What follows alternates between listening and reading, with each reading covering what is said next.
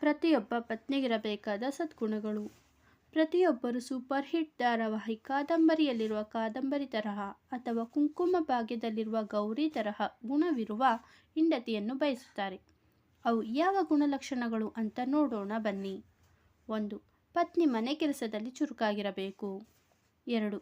ಮಧುರವಾದ ಮಾತುಗಳನ್ನು ಆಡಬೇಕು. ತನ್ನ ಪತಿಯನ್ನು ಪ್ರೀತಿಸಬೇಕು ಮತ್ತು ಪತಿಯ ಮಾತುಗಳನ್ನು ಗೌರವಿಸುವಂತಹ ಪತ್ನಿಯು ಸುಲಕ್ಷಣ ಹಾಗೂ ಸರ್ವಗುಣ ಸಂಪನ್ನ ಪತ್ನಿಯಾಗಿರುತ್ತಾಳೆ. 3. ಪತ್ನಿಯು ಅತ್ತೆ ಮಾವಂದಿರ ಜೊತೆ ಹೊಂದಿಕೊಂಡು ಹೋಗಬೇಕು. ತನ್ನ ತಂದೆ ತಾಯಿಗೆ ಕೊಡುವಷ್ಟು ಗೌರವ ಕೊಟ್ಟು ನೋಡಿಕೊಳ್ಳಬೇಕು. ಅತ್ತೆ ಮಾವ ಕೂಡ ಇದೇ ರೀತಿ ಇರಬೇಕು. 4. ಮನೆಗೆ ಬರುವ ಅತಿಥಿಗಳನ್ನು ಭೇದ ಭಾವ ಮಾಡದೆ ಆದರದಿಂದ ಸ್ವಾಗತಿಸುವ ಗುಣವನ್ನು ಹೊಂದಿರಬೇಕು. 5. ಚಾಡಿ ಹೇಳುವ ಸ್ವಭಾವವನ್ನು ಹೊಂದಿರಬಾರದು. 6. ಗಂಡನೊಂದಿಗೆ ಸಂಯಮದಿಂದ ಮಾತನಾಡಬೇಕು. ಪತಿ ಕೂಡ ಹೀಗೆ ಮಾತನಾಡಬೇಕು. ಪತಿ ಕೂಡ ಹೀಗೆ ಅನುಸರಿಸಬೇಕು. 7. ಅಲ್ಪ ಸಂಪನ್ಮೂಲಗಳಿದ್ದರೂ ಮನೆಯನ್ನು ಶಾಂತಿಯಿಂದ ನಿರ್ವಹಿಸಬೇಕು. 8.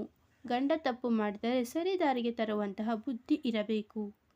9. ಬೆಳಗ್ಗೆ ಬೇಗ ಎದ್ದೇಳುವ ಅಭ್ಯಾಸವಿರಬೇಕು. ದೇವರಲ್ಲಿ ಭಕ್ತಿ ಇರಬೇಕು. 10. ಮನೆಯನ್ನು ಸದಾ ಸ್ವಚ್ಛವಾಗಿಡಬೇಕು. 11. ಹಣೆಯಲ್ಲಿ ಕುಂಕುಮ ಇಡದೆ ಇರಬಾರದು. 12. ಸಂಜೆಯ ಸಮಯದಲ್ಲಿ ಕಣ್ಣೀರು ಹಾಕಬಾರದು. 13. ಮನೆಯಲ್ಲಿ ಏನಾದರೂ ಇಲ್ಲದಿದ್ದರೆ ಸ್ವಲ್ಪ ತುಂಬಿದೆ ಎಂದು ಹೇಳಬೇಕು. 14. ಮಕ್ಕಳ ವಿದ್ಯಾಭ್ಯಾಸದಲ್ಲಿ ಸ್ವಲ್ಪ ಸಹಾಯ ಮಾಡಬೇಕು. 15.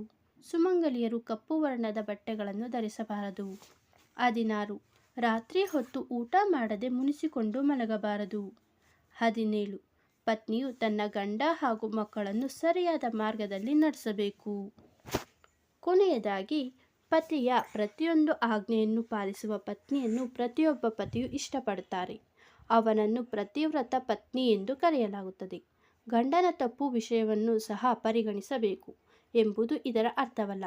ಗಂಡ ಏನಾದರೂ ತಪ್ಪು ಮಾಡಲು ಹೋದರೆ ಅವನನ್ನು ತಡೆದು ಸರಿಯಾದ ಮಾರ್ಗವನ್ನು ತೋರಿಸುವುದು ಕೂಡ ಅವಳ ಕರ್ತವ್ಯ ಆಗಿರುತ್ತದೆ. ಇವೆಲ್ಲ ಪಾಯಿಂಟ್ಸ್ ಪತ್ನಿಗೆ ಮಾತ್ರವಲ್ಲ, ಪತಿಗೂ ಅನ್ವಯಿಸುತ್ತದೆ. ಈ ಎಲ್ಲ ಗುಣಗಳನ್ನು ಹೊಂದಿರುವ ಪತ್ನಿಯನ್ನು ಪಡೆದ ಪತಿಯನ್ನು ಅದೃಷ್ಟವಂತ ಎಂದು ಕರೆದರೆ ತಪ್ಪಿಲ್ಲ. ನಿಮ್ಮ ಪತ್ನಿಯಲ್ಲಿ ಈ ಗುಣಲಕ್ಷಣಗಳು ಇದೆಯಾ? ಇದ್ದರೆ ಕಮೆಂಟ್ ಮೂಲಕ ತಿಳಿಸಿ. ಸ್ನೇಹಿತರೆ, ಈ ಮಾಹಿತಿ ನಿಮಗೆ ಇಷ್ಟವಾಗಿದ್ದರೆ ವಿಡಿಯೋಗೆ ಒಂದು ಲೈಕ್ ಮಾಡಿ, ಶೇರ್ ಮಾಡಿ, ಹಾಗೆ ಚಾನಲ್ಗೆ ಸಬ್ಸ್ಕ್ರೈಬ್ ಆಗಿ. Thanks for watching.